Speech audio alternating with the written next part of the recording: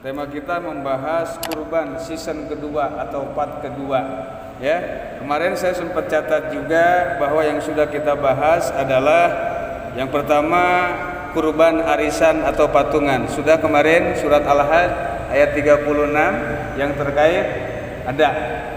Ya, kemudian kulit dan kepala hewan kurban sebagai upah tadi sudah disinggung kembali.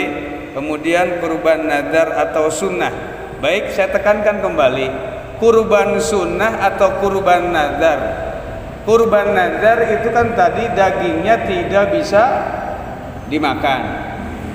Nah, kemudian saya cek kembali dalam kitab Al-Majmu' Syarah Muhadzab, jika tidak keluar kalimat nadar, maka tidak jadi nadar.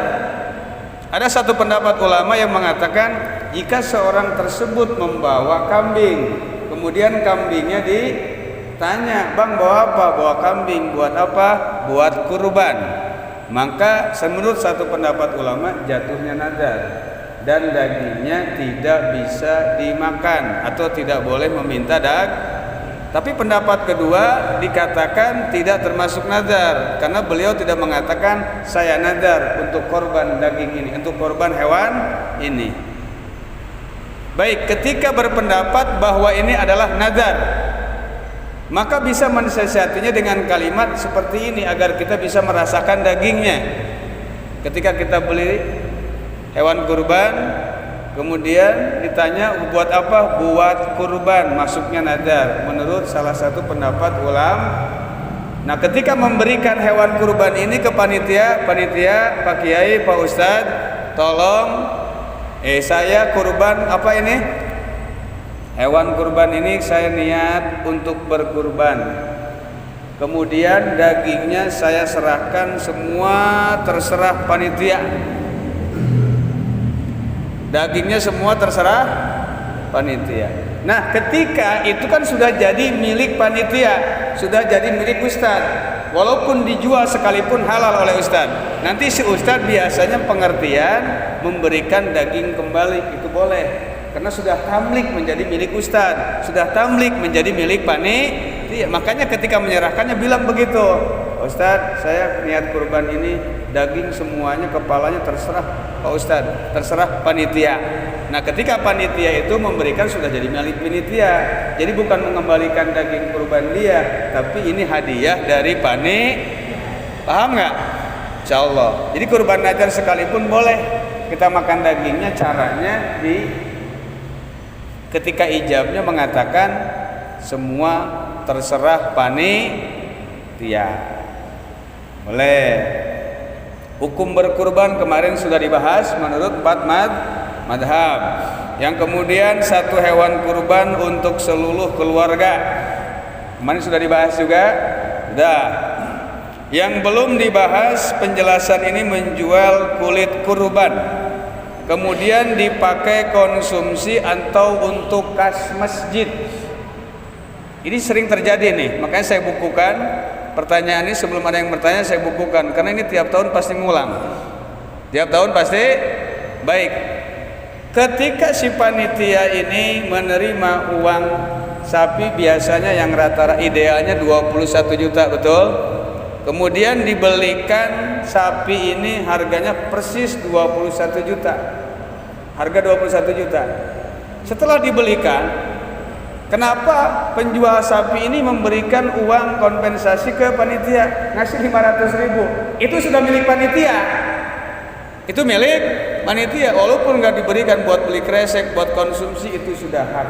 Kecuali sudah ada main sabun sebelumnya. Paham main sabun?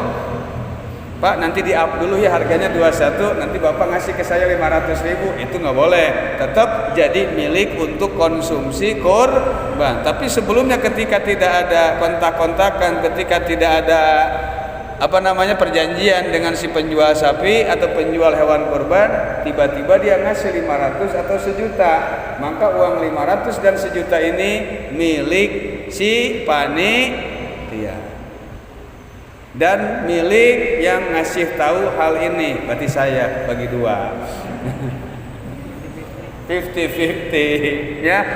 Insya Allah paham lah ya. Bukan komisi, sing hideng ya. Enggak lah. Baik. Itu. Nah, kemudian ketika diberikan ini atau membeli hewan kurban persis harganya 20 juta. Sisanya berapa?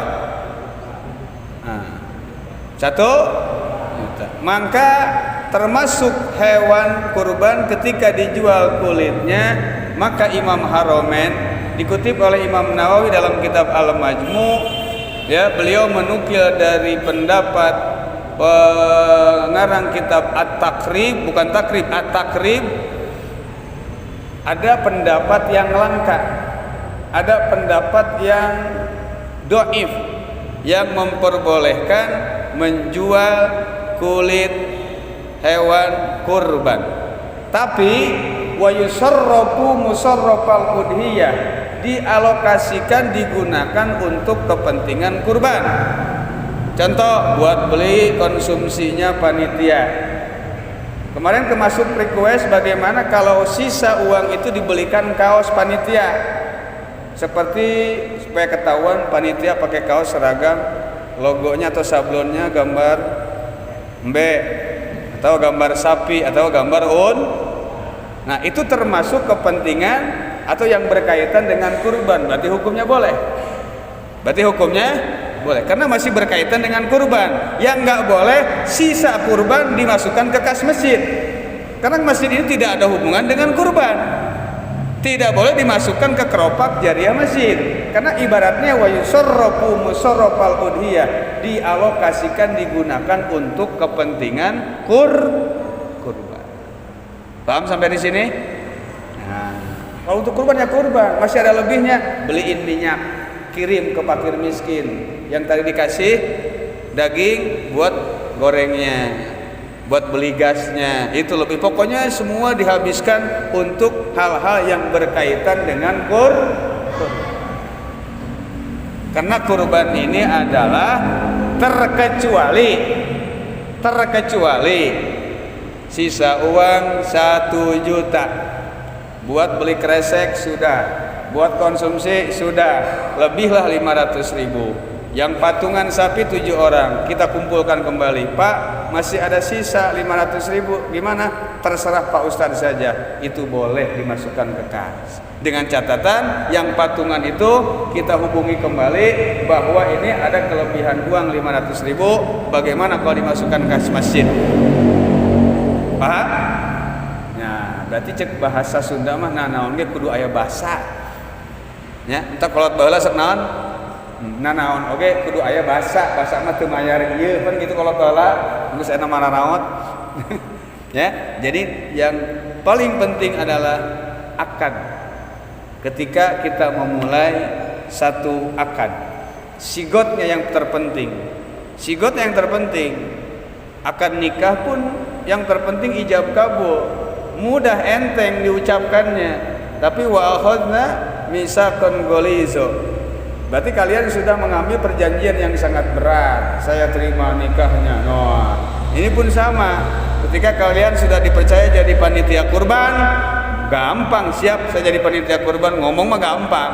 Nah, konsekuensinya kalian sudah mengambil perjanjian yang berat. Berarti ilmu-ilmunya harus kalian kuasai. Tapi insya Allah, ya, jamaah Masjid At-Taqwa semua sudah menguasai. Ini mengingatkan saja, mengingatkan kembali.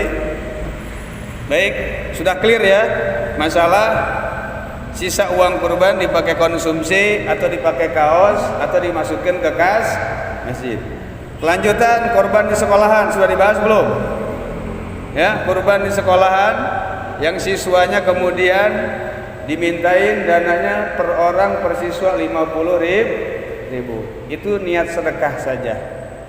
Niat sedekah, nanti kemudian ketika menggoroknya atau menyembelihnya atas nama gurunya saja, atau atas nama sesuai dengan struktural sekolah. Pertama, kalau memang dari siswa ini cukup cuma 1 kambing, berarti tahun ini atas nama kepala sekolah, nanti wakilnya, besok tahun depan sekretaris, terus bendahara, terus stafnya, nanti paling belakang security.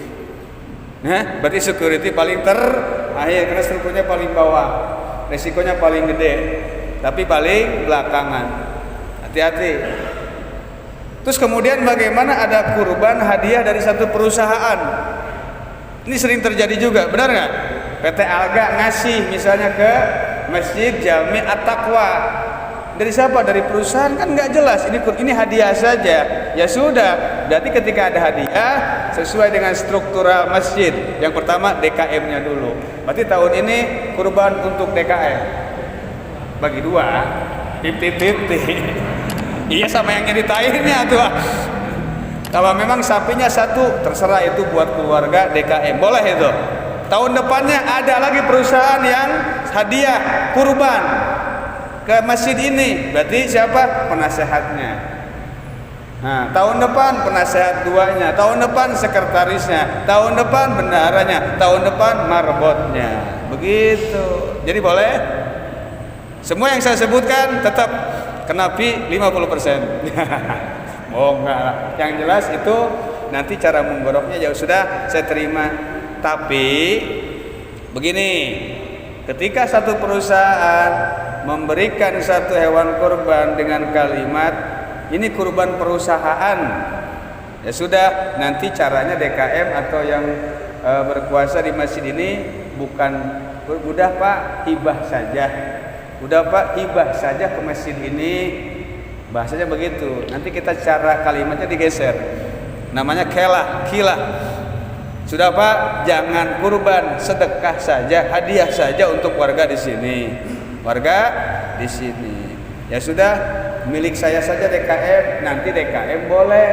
Sudah jadi milik DKM, nanti ya Allah atas nama DKM, tapi ya Allah pahalanya untuk semua yang suka memamurkan masjid, boleh. Kemarin sudah dibahas. Ketika ganjaran pahala digabungkan dengan yang lain, boleh. Yang nggak boleh itu satu hewan korban untuk beberapa orang. Tapi kalau digabung dalam pahala, boleh. Begitu. Jadi kesimpulan, walaupun atas nama DKM, semua yang memakmurkan masjid yang sering berjamaah dapat pahalanya. Jadi ulah syirik. Tetap walaupun DKM yang dapat, pahalanya kebagian semua. Aman kan? Nah, itu kan bijak luar biasa. Jadi semuanya adil, semuanya merata. Pak RW nggak kesebut ya? Nah, Pak RW bagian. Nanti Pak DKM sebutin pahalanya Pak RW Mujanto dapat juga, dapat. Pantesan dari tadi melotot terus nggak itu? Itu. Ini taat peraturan tanggal 27 kan memang harus pakai masker ya nggak? Pakai protokol kesehatan. Terus apalagi? Nanti mungkin kalau memang masih ada aku boleh ada sisi tanya jawab, karena ini sudah part pertama, part kedua ya, karena malam Rabu besok sudah masuk, sudah lebih dari tasrik ya. Tasrik berarti hari Sabtu, Minggu, Senin sudah habis. Jadi harus dihabiskan pertemuan malam ini ya, hal-hal yang terkait dengan korban. Apa yang kira-kira belum saya bahas tuh? Itu salah satu pengalaman dari tahun ke tahun. Kemudian sunnah-sunnah berkorban. Kemarin sudah dibahas sedikit sunnah-sunnah berkorban. Jadi sebelum berkorban, bagusnya itu tidak memotong kuku kemarin. Sebagian kan sudah dibahas, tidak menggunting rambut, tidak menggunting kuku, tidak menghilangkan salah satu yang ada di anggota tubuh kita.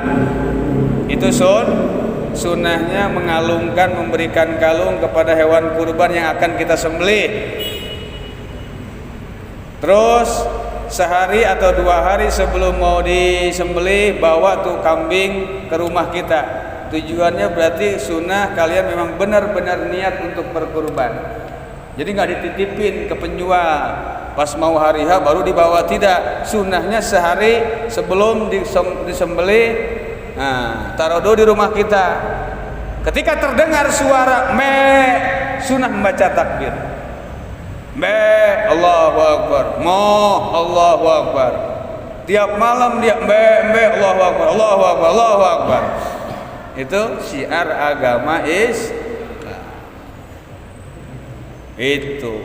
Jadi salah satu sunnah dalam berkurban. Nanti sebenarnya ada kriteria hewan kurban. Kriteria hewan kurban Ada nanti salah satunya kalau kambing itu sudah hilang giginya satu, sudah masuk usia ke 1 tahun dan akan memasuki usia 2 tahun. Kalau Sunda bilang naon 2 tahun jalan, 2 tahun jalan. Kalau unta 5 tahun, kalau sapi 2 tahun jalan 3 tahun. Tapi ada juga yang penjual korban licik, belum umur 1 tahun giginya sudah diompongin sama dia sendiri. Ada yang begitu? Ada? Nah itu hati-hati. Yang dosa siapa? Yang dijual. Kalau kita yang nggak tahu, makanya harus tahu juga. Jangan sembarangan, makanya harus selektif mencari hewan kurban. Ada yang diompongin sendiri sama penjualnya, padahal belum waktunya 1 tahun. Ada yang begitu. Hati-hati mencari hewan. Terdapat nas Imam Syafi'i, hewan kurban itu boleh laki-lakinya, boleh perempuannya. Bahkan dalam kitab Al-Majmu' Imam Syafi'i mengatakan yang perempuan allati lam talid afdalu minaz zakar.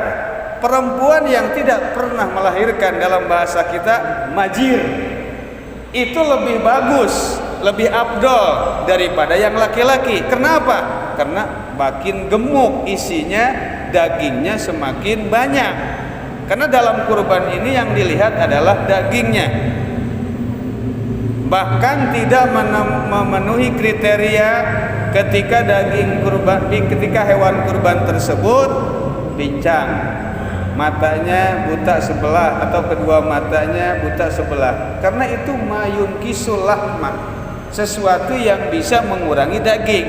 Berarti yang jadi ibroh, yang jadi patokan dalam berkurban itu adalah dagingnya. Maka dalam satu hadis dikatakan samminu dohayakum, sing lalintuh neangan hewan kurban teh. Makanya yang gemuk-gemuk minggir dulu kalau bulan haji, bisa ke bawah kapencit. Ya, jadi kalau cari hewan kurban yang mana? Yang gemuk.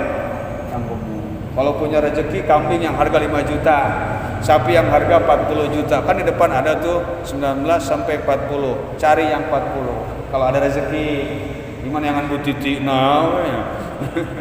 Tahun depan insya Allah ya. Tahun ini kalau kita sudah bisa berkurban pun alhamdulillah.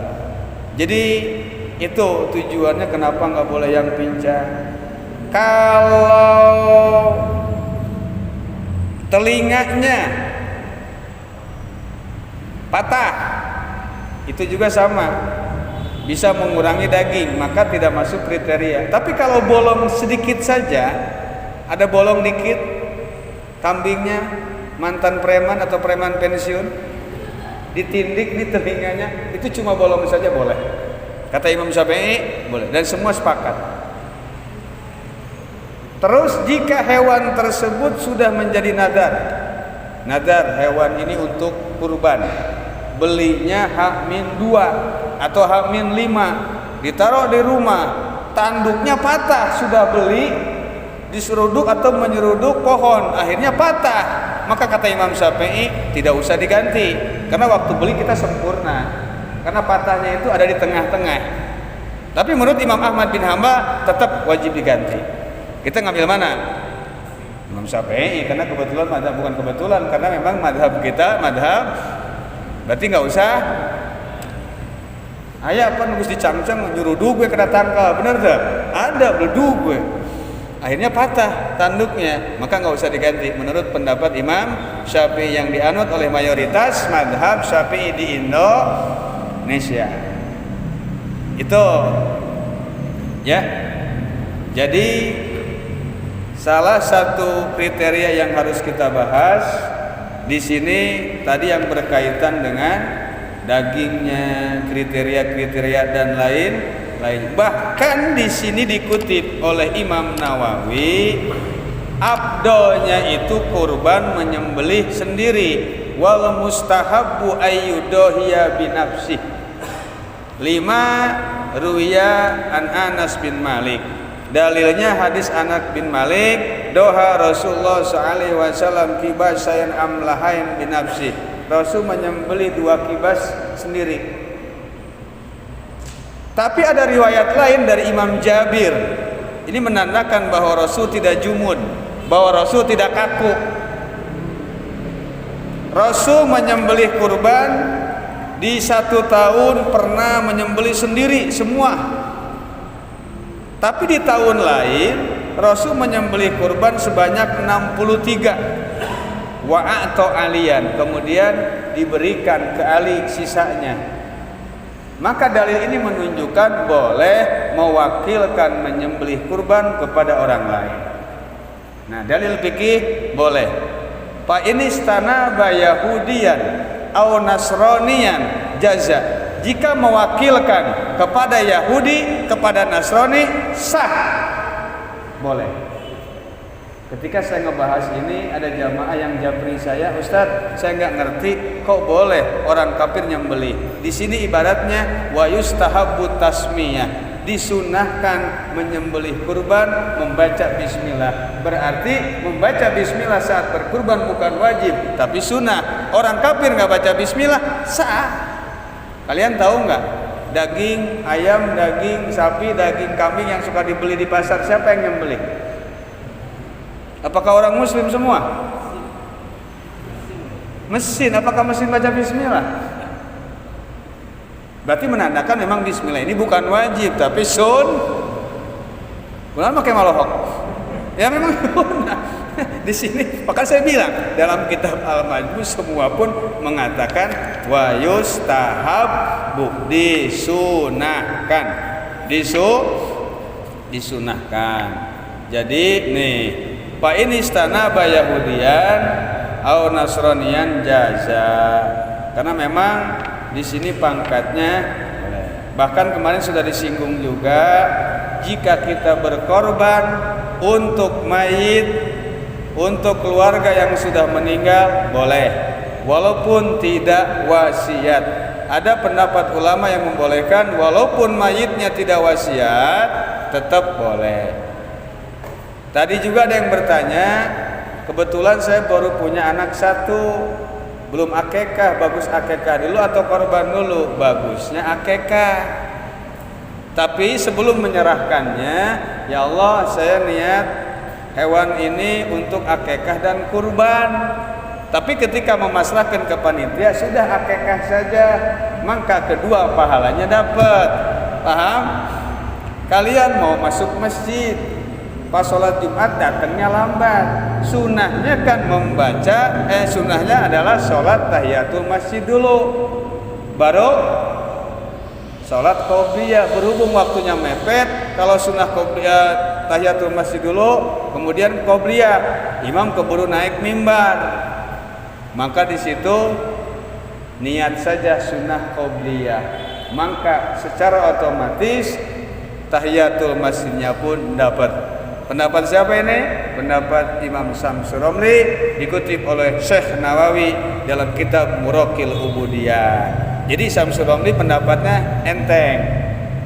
Jadi bisa 2 in 1 atau ya 2 in 1 atau 1 in 2. 1 bisa jadi 2, 2 bisa jadi 1, ya kebalikan. 2 bisa jadi 1. Tuh, boleh menyembelih kurban ketika tapi kan di kita belum dijumpai menyembelih hewan kurban dipotongnya, disembelihnya sama orang Yahudi atau Kalaupun nanti ada, bukan saya menganjurkan berarti udah ke Nasrani saja, jangan. Ya, kalau bisa tetap kita usahakan yang ngerti hukum, ya ustaz atau kiai atau memang ahlinya tukang jaga. Kadang-kadang tukang jaga juga dia nggak ngaji, main gorok aja. Ya, Allahumma ada adihi udhiyati taqabbal minni ya karim. Allahumma tuh ada min Muhammadin taqabbal min Muhammadin wa ali Muhammad. Jadi ya lebih utama tetap membaca Kalaupun tidak membaca bismillah sah tidak? Itu ya. Baik, masih ada waktu. Kalau memang tidak ada pertanyaan, saya lanjut lagi dengan pembahasan. Ya, mangga. Kaitannya dengan sunat, kan katanya sunat bagi yang berkurban itu tidak memotong kuku, rambut dan sebagainya. Pertanyaannya, apakah ada hikmah di balik itu? Kemudian yang kedua, bolehkah daging kurban dibagikan kepada non muslim? Terus ada lagi? Baik. Kemarin sudah disinggung juga terkait kenapa salah satu anggota tubuh kita, ini sudah dibahas, tidak apa-apa. Ya mungkin beliau kemarin lagi cuti. Lagi cuti. Ya, kenapa salah satu anggota tubuh kita tidak dihilangkan? Kemarin alasan yang masuk akal untuk lebih banyak bersaksi melihat hewan kurban. Nanti kan si kuku bersaksi, saya pernah melihat dia motong kurban. Saya pernah melihat si bulu ketek, semua bersaksi. Ya, semua bersaksi. Jawaban lengkapnya ada nanti di kitab Al-Majmu'. Kemudian yang kedua, bolehkah? Ini adalah udhiyatul muslimin. Kurban ini adalah sedekahnya orang muslim dan untuk orang muslim. Kemarin kebetulan di pengajian saya pun di sana disinggung juga tidak boleh dibagikan kepada non muslim. Namun solusinya si panitia harus berkorban. Belilah daging ke pasar kurang lebih 2 kilo. Kurang lebih 2 kilo. Nanti memang non muslim tersebut ada di wilayah kita, berikan. Ngomongnya jangan daging kurban atau kok Ci ini daging, udah ngomongnya gitu aja. Bener kan, saya nggak ngebohong. Ini daging. Sangka dia kan daging kurban, nggak mungkin dia kepo, bener nggak?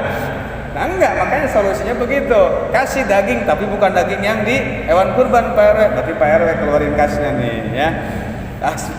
Kas, belilah 1 kilo 2 kilo, kasihin ke warga yang non muslim. Khawatirnya kecemburuan sosial, karena Islam agama yang dinus salam, agama yang selalu kompak memberikan keselamatan sejahtera, memberikan kedamaian.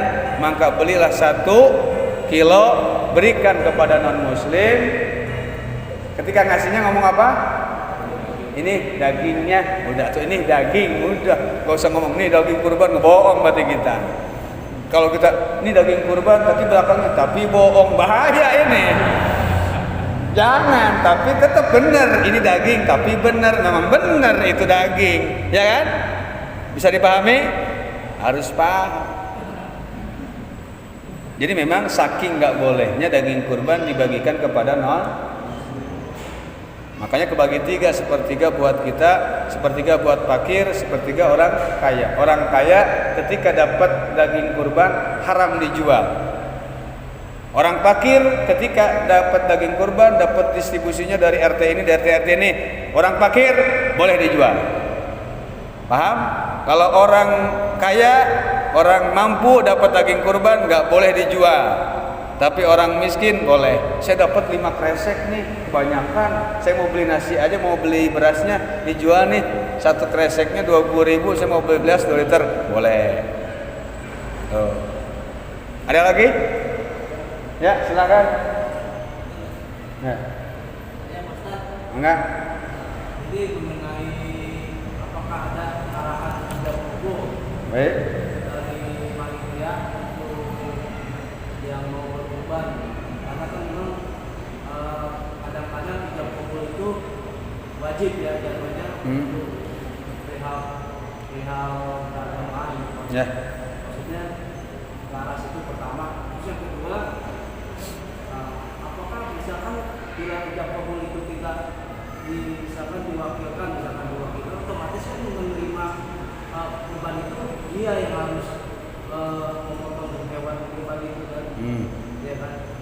Nah, takutnya ada bahasa tidak mewakilkan pada ustadznya menerima hewan kurban. Baik, dari pertanyaan yang ditanyakan saya menggarisbawahi tadi ada kalimat bahwa ijab kabul ini wajib, ya kan, di dalam hal keagamaan. Yang kedua tadi saya cerna juga bahwa ini harus memotongnya dia kan sudah dibahas juga bahwa memotong ini tidak harus dia, hukumnya sunnah kan tadi, boleh diwakilkan kepada orang lain. Yang kedua, oleh Imam As-Suyuti dalam kitab Al-Asbah wan Nadhair, ijab kabul dalam hal keagamaan tidak semua wajib. Tidak semua wajib, bahkan kemarin disinggung zakat fitrah pun tidak wajib niat zakat fitrah. Ya, dan ini pun sama. Ketika kalian saja sudah membawa kambing, ditanya buat apa? Buat kurban, diberikan ke panitia tanpa ijab kabul, sah. Jadi perlu digarisbawahi, tidak semua ijab kabul itu wajib. Bahkan dalam rukun nikah pun tidak termasuk rukun nikah. Dalam satu pendapat, rukun nikah berapa? 5, wali, saksi 2, pengantin laki-laki 6. Pengantin laki-laki, pengantin laki perempuan, yang keenamnya organ tunggal. rukun nih, enggak 5. Jadi ijab kabul itu tidak semuanya wajib. Jadi kesimpulan, memang kalau memang mau ada arahan, bagusnya memang diadakan ijab kabul. Ijab kabulnya dari panitia begini. Jadi tadi menjelaskan kronologisnya dulu dari awal, bahwa duduk permasalahan ijab kabul tidak wajib. Yang kedua, menyembelih tidak wajib dirinya sendiri. Jadi ketika mewakilkan tidak harus motong yang wakil, siapapun boleh. Kemudian ketika memang antum meminta arahan, maka saya arahkan juga panitia wayahe. Ketika ada yang berkurban, tanya, Pak, ini kurban apa? Kurban sunnah atau kurban nadar? Untuk siapa? 2. Yang ketiga, terus bagaimana dagingnya? Itu memang 3 saja yang sering saya amalkan begitu. Ya, ini kurban nadar atau sunat? Atas nama siapa? Terus dagingnya bagaimana? Ini kurban sunat, saya minta paha atas ya, boleh memang. Tapi warga sini kalau sudah saya singgung, kacida, minta keneh mah. Tapi boleh. Mungkin itu saja yang saya jawab ya. Mudah-mudahan bermanfaat. Masih ada Pak RW, silakan yang punya wilayah. Masih ya. Silakan Pak RW.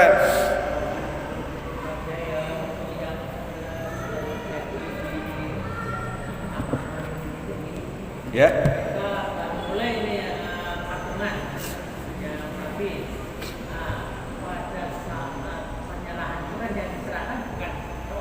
Ya. Ya.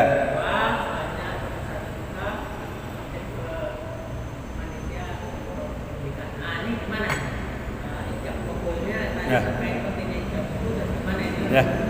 Terkait pentingnya ijab kabul, saya katakan tadi adalah dalam beberapa hal saja, tidak termasuk dalam kurban. Jadi walaupun si pengkurban atau yang berniat berkurban memberikan uangnya karena sudah mewakilkan, ini sudah, kalau bahasa online ini sudah deskripsi loh. Ketika panitia memajang spanduk banner di depan, ini sudah ijab. Ketika ada orang yang datang ke sini ngasih duit saja, itu sudah qabul, berarti dia berani menerima sesuai dengan apa yang di sana. Ini secara tidak langsung adalah lisanul hal, sama dengan lampu-lampu lalu lintas. Ketika lampu hijau ada yang teriak kak, woi maju, ada nggak? Ketika lampu merah ada yang teriak kak, woi berhenti, ada nggak? Tapi dia nurut, ini pun sama. Jadi tidak usah juga begitu. Ya, ada lagi silakan. Baik, enggak?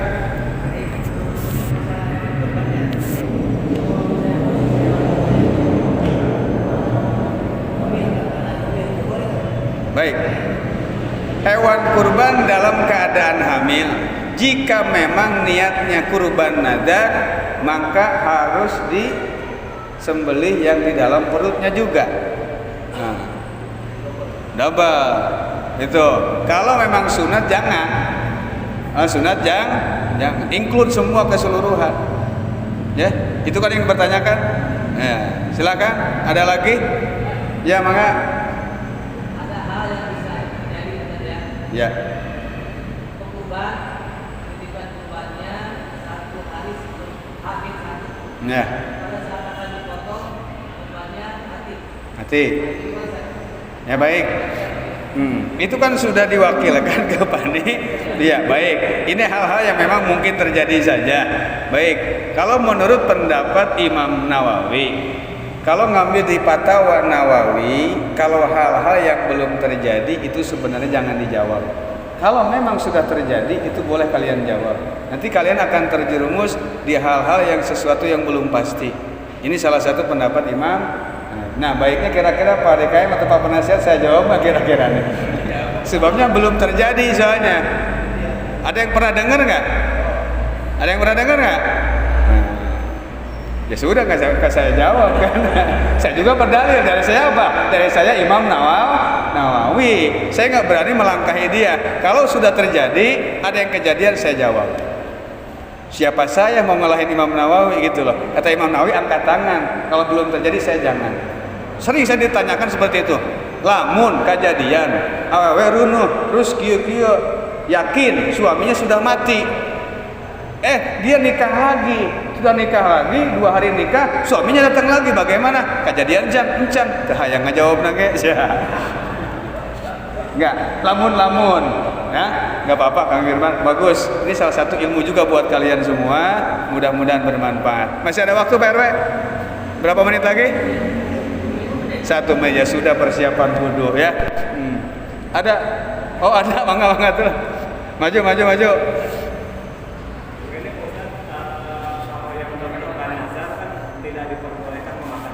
Ya. Gimana kalau kita panitia mensiasatinya dengan mengganti memberikan daging kurban, tapi bukan hewan kurban yang beliau kurbankan? Ya, sebenarnya kan tadi sudah saya bahas ya. Mungkin dia lagi ke kamar mandi kali. Lagi ke kamar mandi. Hah? Oh baru datang. Ya, tadi sudah saya bahas. Cara mensiasatinya memang begitu. Walaupun daging korban itu pun nggak masalah, karena itu sudah jadi milik panitia. Ya, makanya kalian itu ketika berkurban, ini saya niat berkurban, terus daging semuanya terserah panitia saja. Jadi ketika kembali ke dia, walaupun kurban nadar boleh, karena sudah jadi milik panitia. Begitu, ya. Jadi sesuai dengan waktu usikum wa nafsi bitaqwallah dan Allah wa iyyakum ajmain. Kurang lebih mohon maaf. Wassalamualaikum warahmatullahi wabarakatuh.